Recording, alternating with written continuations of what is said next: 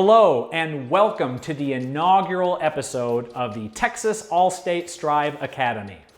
My name is Jeff Osdemore, and together we will be exploring the TMEA 2-mallet transcription of George Friedrich Handel's second movement of his Violin Sonata No. 7 in D major.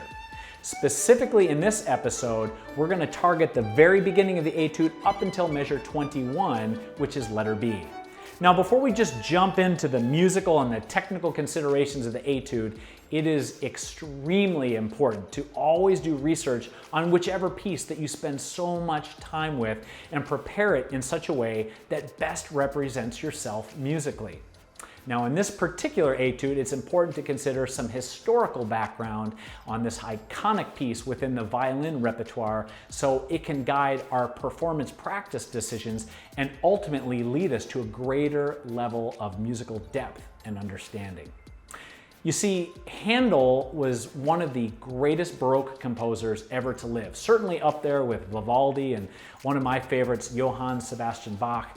And his Violin Sonata in D, known as the Great D Major among violinists around the world, is widely regarded as one of the great masterworks within the solo violin genre. Although it is one of the last violin sonatas that Handel composed in 1749 and 1750, it was actually never published in his lifetime. In fact, Handel passed away just 9 short years later. Now, although this sonata is comprised of 4 different movements, we are going to focus on and perform the second movement only, titled Allegro.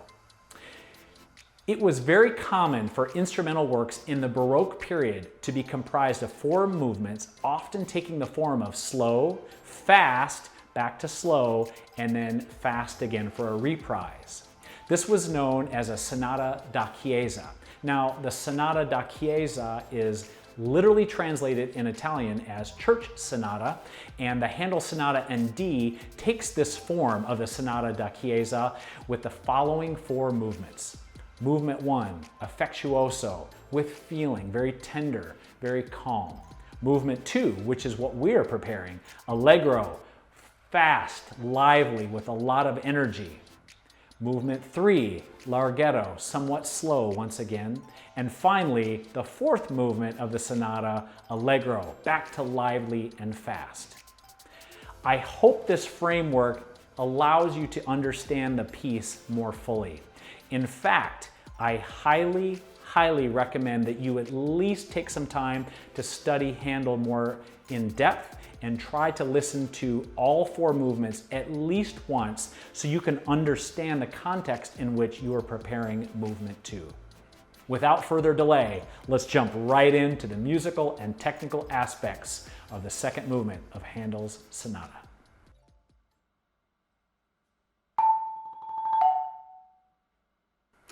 As we jump right into the musical and technical details of this first excerpt, I'd like to walk you through the 6 or 7 priorities that I'm thinking of in this first long phrase. The opening half note to me is very important that we communicate tone and confidence, leading us to the next very light series of 8th notes with a staccato mark written above it as its articulation. For me, when I study other violinists and they're doing what's called a down bow, they're getting as much confidence and tone out of their instrument as possible, then they settle on these very light, bouncy staccato notes that I'm going to discuss next. For me to get that in my ear, there's a couple things that I like to do. Number 1, I like to try to find the spot on the note that is the most resonant, full sound I can possibly create. For me, that is somewhere just north or south of the middle of the bar. In other words, just off center gives us the greatest complexity of overtones and it allows the bar to sing most naturally. So on this first A, I like to start the roll with my left hand. You're welcome to do it with either, but knowing that we're leading to the F sharp, I personally like to start with the left hand and again, just play slightly off center so that that note has the highest opportunity of resonance and fullness of tone. After that, I play it without actually supporting it with a roll at first, and then I go into the next series of eighth notes. And I'm going to show you what I mean. I listen to the natural decay of the note before I decide what kind of roll speed, how many strokes I'm going to play, and how fast my hand should move. So if I'm somewhere in the neighborhood of performance tempo of 110 to 118, I'm going to practice it like this first, thinking about that down bow from a violinist.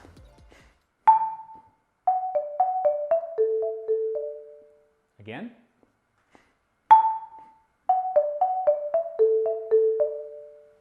Now that I've listened to this particular instrument with these particular mallets in this particular environment, now I'm equipped to figure out how many notes I need to fit in the A to lead us to the F sharp.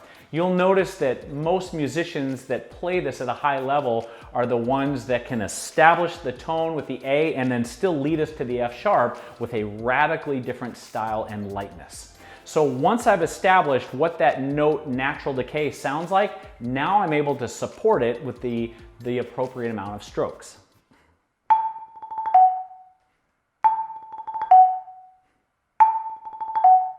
Now, when I put them together, I can play the entire passage of the half note into the following eighth notes. 2, again.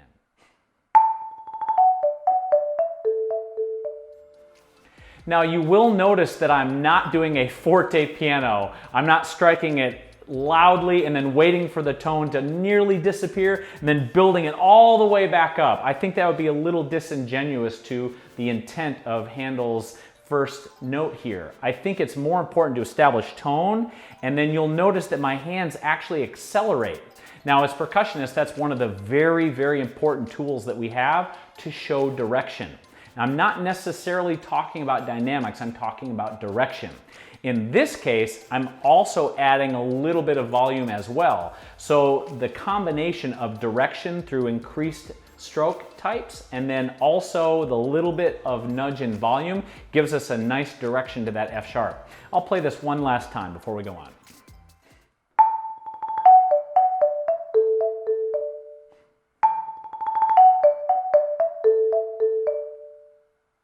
That takes us to point number 2.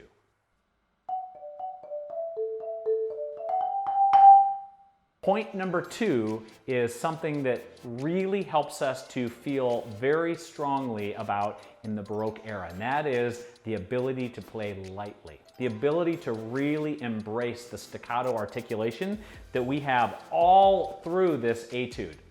For me, there are a couple of different ways for us to really negotiate coming into this articulation.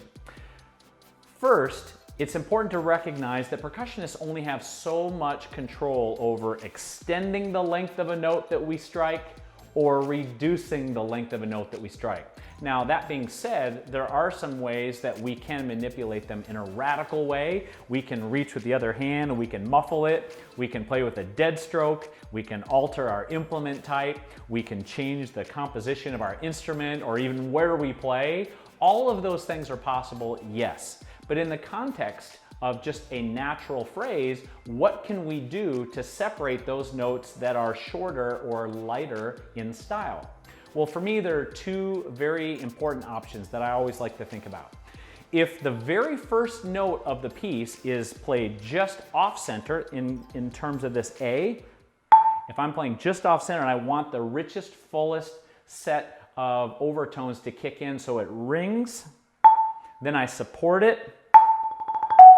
When I get to these eighth notes, it is the opposite.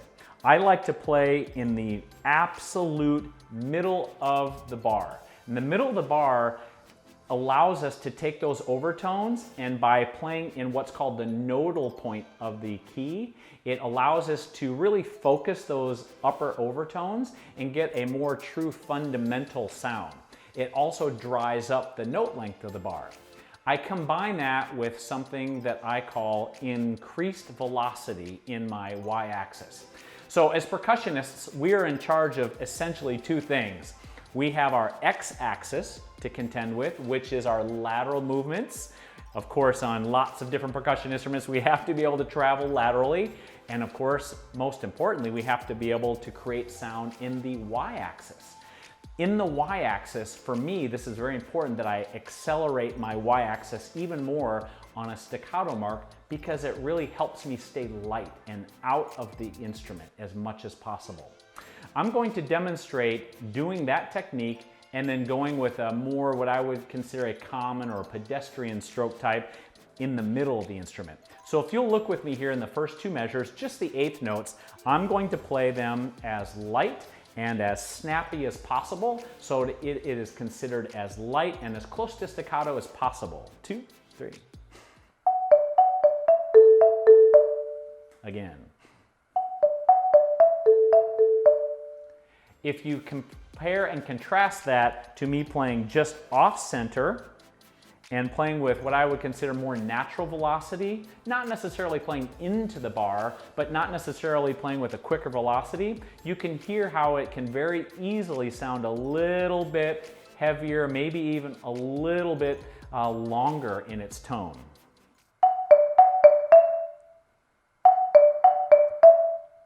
Again, it's very subtle, as opposed to the middle of the bar with a quicker velocity. And you can hear that even though it's subtle, my stroke type allows me to stay in the musical style that I really want the listener to understand. So if you compare and contrast them, I'm going to play the opening measure and I'm going to go all the way up until the third measure here. So you can hear the strong rolled half note in the beginning and then the very, very light detached eighth notes.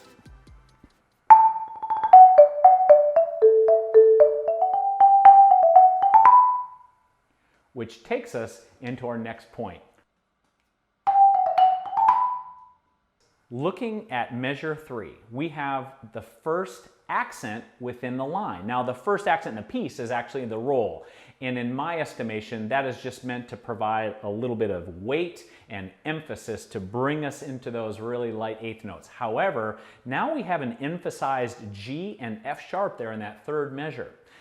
This is where many younger musicians, including myself, fall prey to something that is not very mature. And that's what I call playing with contextual accents. Playing in a contextual setting means that you honor the actual dynamic and those accents are just a slight bit stronger that elevate the notes that are slightly more important. And that's it. Many younger musicians fall prey to playing the accent strong, but everything around it suddenly becomes soft. And I think that's very, very largely in part to not switching mindsets. If we are playing in a marching percussion context and we want an accent to be strong, we want the surrounding context to be very, very soft, fantastic. I'm all about that, and there is a very important place for that for sure. When you're playing a line, if you're playing a series of notes that is leading somewhere, you don't want the most important notes to stick out so uncharacteristically that it loses its overall flow of the line. Case in point, if you look in that third measure, the G and the F sharp are emphasized, but it's on the way up to the trill there in measure 3. So I'm going to play the beginning all the way up to that trill, and you're going to notice when I get to this G and then the F sharp, those are only slightly elevated, but hopefully it doesn't stick out. You're hopefully only able to hear the entire line getting more and more intense all the way up to the trill. So from the beginning, notice that there's a little bit more weight to the G, there's a little bit more weight to the F sharp, but it hopefully does not stick out, and it lets the context of the line ascend and build in energy.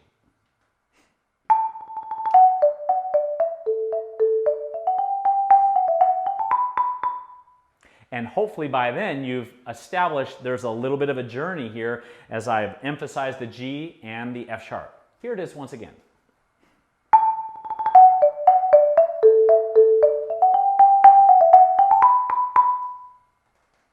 Which leads us to point number 4. The fourth point deals with ornamentation, specifically a trill. The very first trill that we see in the piece is the third measure of the first line. And quite honestly, The ornamentation to this piece really, truly gives it away that this is from the Baroque period and gives it its special character and quality. One thing I'd like to make sure we're all on the same page is this. Let's define exactly which note is written, which note to start from, so on and so forth. It has been suggested to us that we start the trills on the upper neighbor. I really believe that is solid advice, and there are very few exceptions in which I believe you should start with the written note, but in this case here, I think this is a textbook example of starting on the upper neighbor. Any other examples we can explore towards the end of the etude to see if there might be an exception to the rule, given the musical context and the harmonic cadence. This third measure has a written B that the trill starts on. When we talk about an upper neighbor, that simply means we honor the key signature. In this case, we're in the key of D major. There are two sharps, so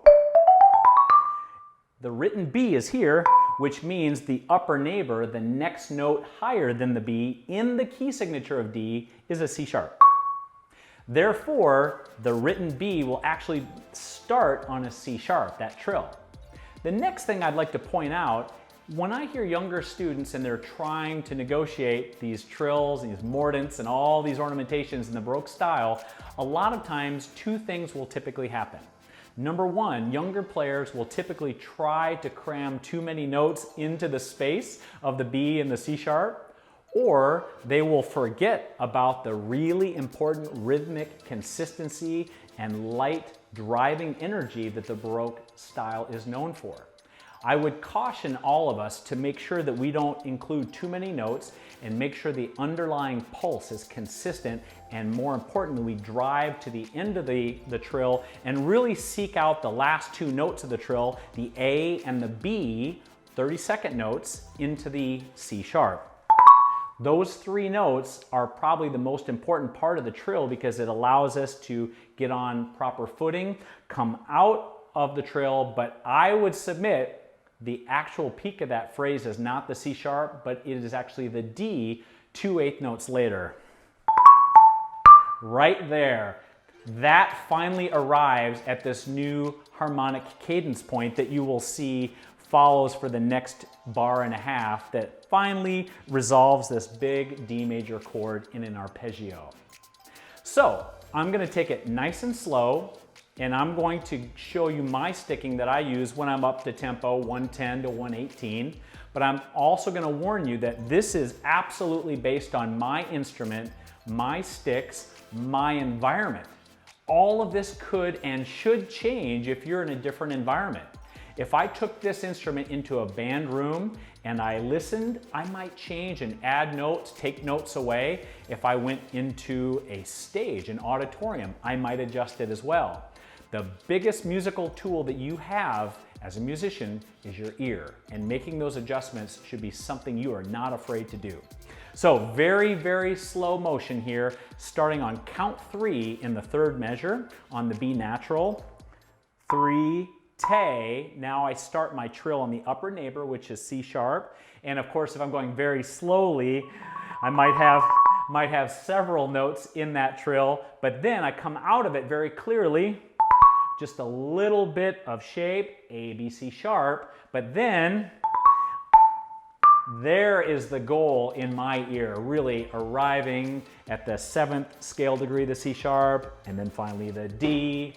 That to me is the peak of that phrase.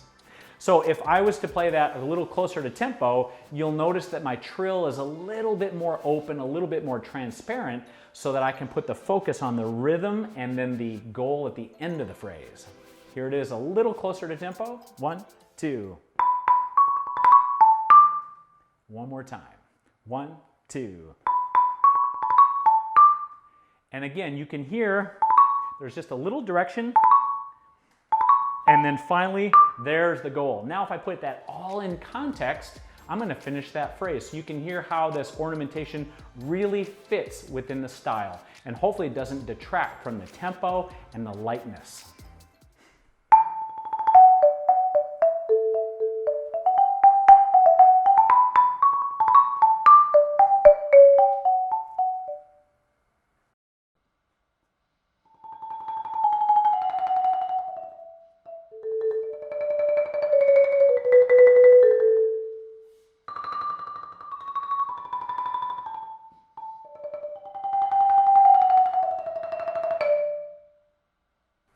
The next point I'd like to dive into is one that really contrasts almost everything we've done so far. We've had a strong roll leading us into very light, crisp staccato notes. We've talked about where to play on the instrument to achieve the difference between a full resonant sound and a little bit lighter, compact staccato sound. We've talked about contextual accents. We just got finished discussing how open and clear ornamentation should sound in the form of a trill. And now we're in the very next section. This is a very legato, smooth, connected roll section. And again, if you default to listening to great musicians around you, sometimes other than percussionists like violinists, you can learn a great deal about phrasing. So if you take a look here at that third measure, the pickup to the third measure of the second line, you can see that everything above or greater than a quarter note should be rolled in this etude. So it would stand to reason that that first pickup on beat 4 should connect into the next note and the next note. Almost every note is rolled with the exception of the eighth notes. So modeling your sound after incredible musicians that can make this very transparent and jump off the page like violinists is a very wise thing to do. And that's certainly how I've modeled the way that I phrase all of these smaller cells of ideas. The most important thing to understand when you are connecting sounds on any percussion instrument is that your roll speed dictates direction, and it also gives you the key to figuring out what that roll speed is so the absolute best resonant spot happens. Here's what I mean by that. Every single note on a keyboard instrument has a roll speed that will work best given where it's located on the instrument, in other words, a smaller bar versus a larger bar. Also, the dynamic in which you really want that note to speak, and then of course the intensity in which you want it to speak as well. So all those factors play into creating a smooth sound.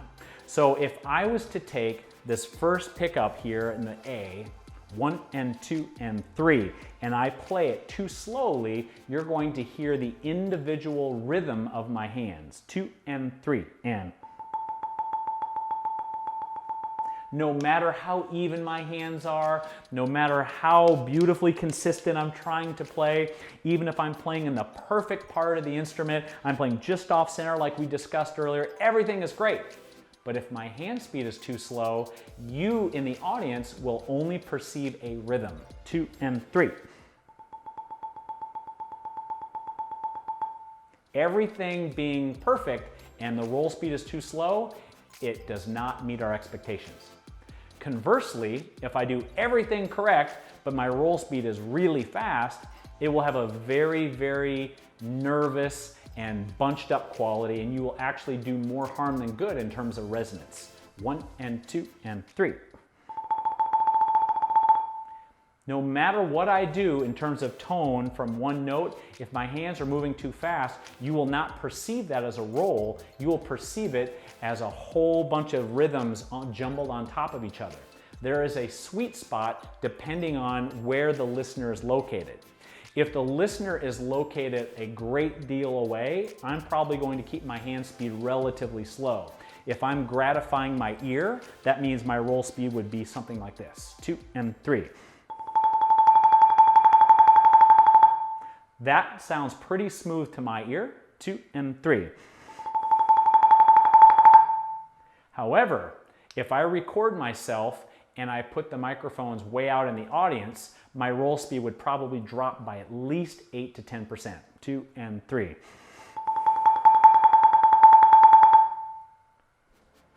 Right now, you're hearing microphones everywhere that are pretty close to the instrument. So I'm going to err on the side of keeping my roll speed a little quicker, but I really encourage you to experiment with wherever you practice, in your band hall, in a practice room, on a stage, wherever that is, try to experiment with what sounds the smoothest and most resonant. Now that that's established, now we can really tweak how quickly our hands move once we've established whatever the sweet spot is on that note. So for this note, if my hand speed is moving this quickly, and I move it up in the air, and I simply move it down an octave, maybe down another octave, that means my hands have to slow down. The larger the note, the slower your hands have to go to make sure that you're really, really keeping those sound waves consistently vibrating across the bar. Conversely, if I took that sound here, and I took that hand speed and I went up an octave, it's probably going to be too slow. So I need to increase my speed as I go higher. So assuming that I take the optimal roll speed here, 2 and 3. Well, that's great if I have one dynamic, but I'd like to play with some shape. So if I kept that same roll speed and I follow the line, 2 and 3, and I follow the line down, it stands to reason that my roll speed should actually slightly slow down as I descend. Well, that's true, but what if I want to also marry the component of expression in with that as well? Well, that means I have two things that my ear needs to reconcile. Number one, I'm always trying to find the hand speed that justifies the resonance of the note. Now remember, every note is different. So that's my first priority, and then after that, then I can add or subtract with my hand speed to give that note direction, primarily when that note's direction is leading somewhere. Now, that's a lot of information to take in, so I'm going to demonstrate some of these concepts, but I will share with you one last thing that really, really helps your legato nature, how you are connecting one note to another, and that is which hand reaches to the right and to the left. I'm going to share with you in a supplemental exercise how to smooth out your rolls, but just suffice to say that as a general rule of thumb, any time that you move to the left on the same manual, you're going to lead with that left hand. Anytime you're going to lead with the right hand, it's because you're going to the right. Sometimes you can make an exception. If I'm going from the lower manual up to the upper manual, I might be able to lead with the right hand, but the point is, always, always, always be as smooth and as physiologically connected as possible when you're moving in the lateral space. Remember our x-axis? Our x-axis has to be connected with our y-axis. So if you really slow down my roll speed here in the third measure of the second line, you'll see my y-axis is doing this very consistently. Unless I'm adding a little bit of speed for direction and intensity, it might slow down and speed up per my own expressive qualities. However, when I move laterally, when I move in the x-axis, there is no disruption in my y-axis. Now let me say that again. This is the number one thing that will separate many, many students in the audition, and that is this. When you are rolling in the y-axis and you have your mallets as consistent as possible, when you are moving to the G sharp and then the F sharp and the E, you break, and then the E to the A, and then back up to the D, and then C sharp, B, and then the A. Do not let your y-axis disrupt. It is very important. So to make sure we understand this concept, watch me play really slow and watch how connected my hands are moving at an incredibly slow speed so you can see what it sounds like at tempo. 1 and 2 and 3. So my y-axis is here and I'm not disturbing. Even if I slow down, it's still relatively consistent.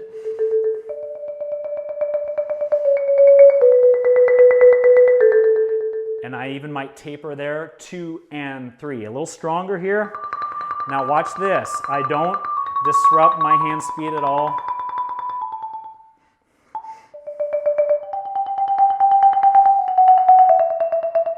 And then I'll stop here, which is a completely different section.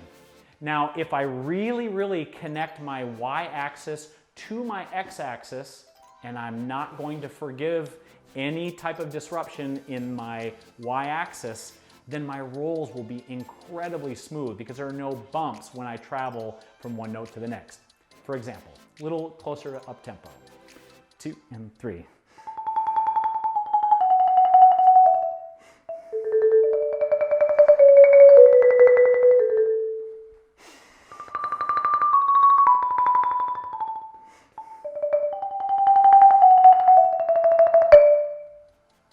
Now you can hear there's little bits of taper and there's little bits of intensity swells, but whenever I move from one note to the other, my y-axis never disrupted. And that is so, so important to making this section just completely different in character and smoothness.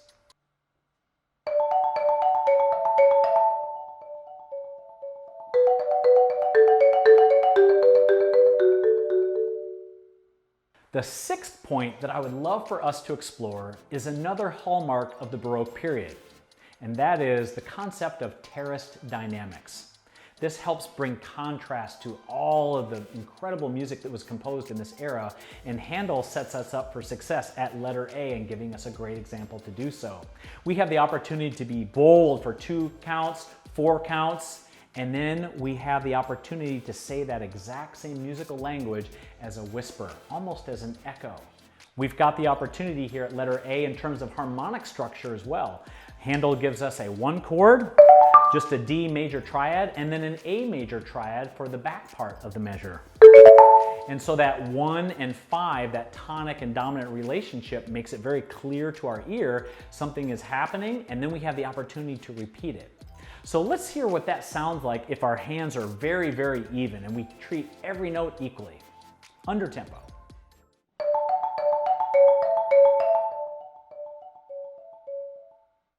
Now there's not anything necessarily wrong with that. I was able to hear all the notes clearly. I'm playing with good tone.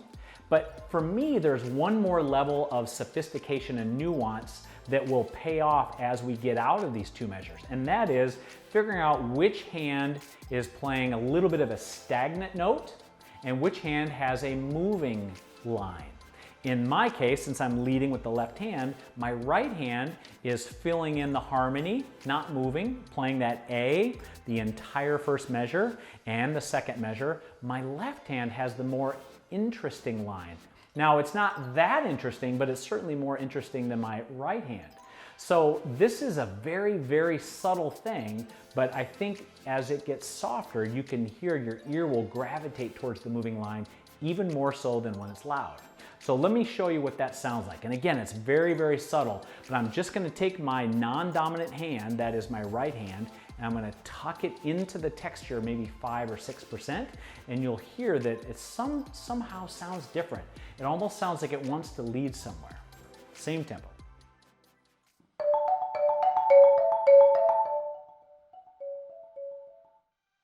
It's very subtle, but now I'm set up for success in the third measure when I have a B minor chord and I'm moving forward, because now I've established that this,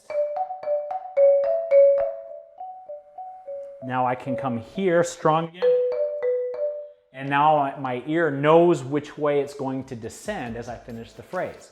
So those are the 2 main things I want all of us to explore when we're doing terraced dynamics. Number 1, establishing it at a very strong level, in this case, forte.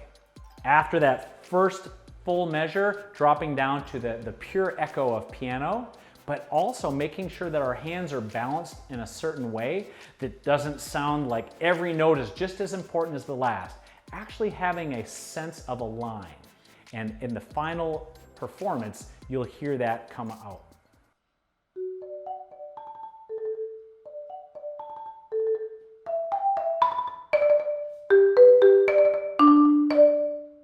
In our 7th and final point here of this first excerpt, we get to combine a lot of techniques we've already talked about. We've talked about the terraced dynamics in the phrase right before this. Now we hearken back to the short, light, detached staccato style that we've talked about. But now we have an opportunity here in the 5th line where we have 2 quarter notes. Now again, if you look at the top of the page, those are supposed to be rolled. Well, how many strokes do we put in? Well, if you've noticed anything to this point in my tutorial, everything that I talk about in terms of suggestion comes down to experimentation with your mallets, the amount of resonance your keyboard has, the environment in which you're performing. All of those things play a factor. Probably none of which are more important than the tempo you are playing. For example, if you look at the very first measure there of that line, we come off of the 16th notes and we have this. We have a very light F sharp, and then we have an arpeggio that ascends. But remember, this needs to be ruled. Well, I don't know how many strokes I'm going to play unless I know how much time I have to go from here to here. And there's an accent there. Well, if I apply the lesson we learned in the second point or the third point called contextual accents, then I know that even though there's an accent written, my overarching dynamic is actually piano. So if this is my piano dynamic, then an accent at piano will probably be more closely aligned with mezzo piano. So here's my piano, and here might be mezzo piano or piano with an accent at the very, very most. And that level of sensitivity is really going to help us. Now the question remains, how many strokes am I going to put in each of these quarter notes? Well, it depends. If my tempo is going this fast, 1 and 2 and 3, 4, I'm probably going to get 6, 7, or 8 strokes in.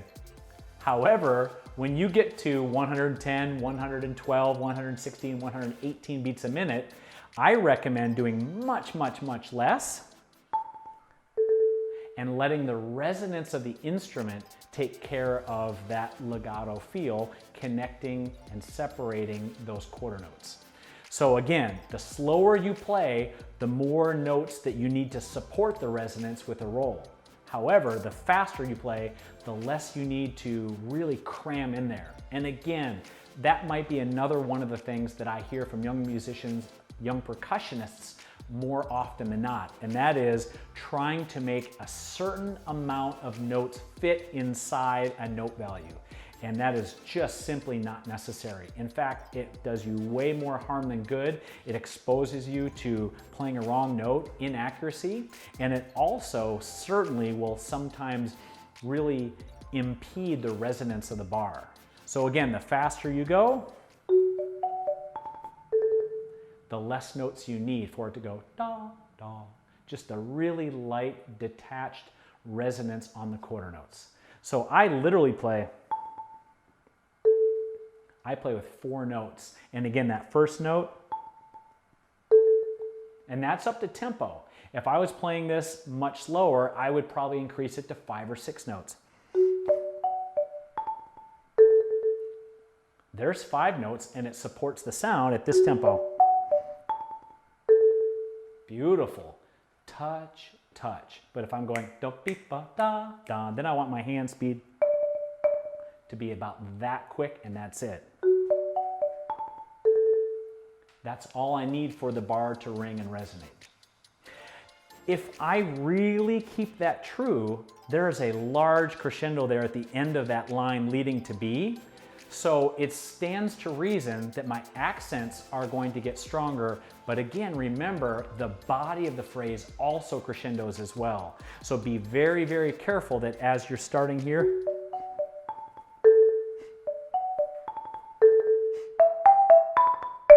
as you're getting a little louder, you make sure that all those staccato eighth notes played in the middle of the bar, by the way, are still rising and rising, so the accent is not out of character and out of context of what you're trying to arrive, which is letter B. I hope this has helped. I will close with a full performance of this first entire excerpt, which is the beginning to B.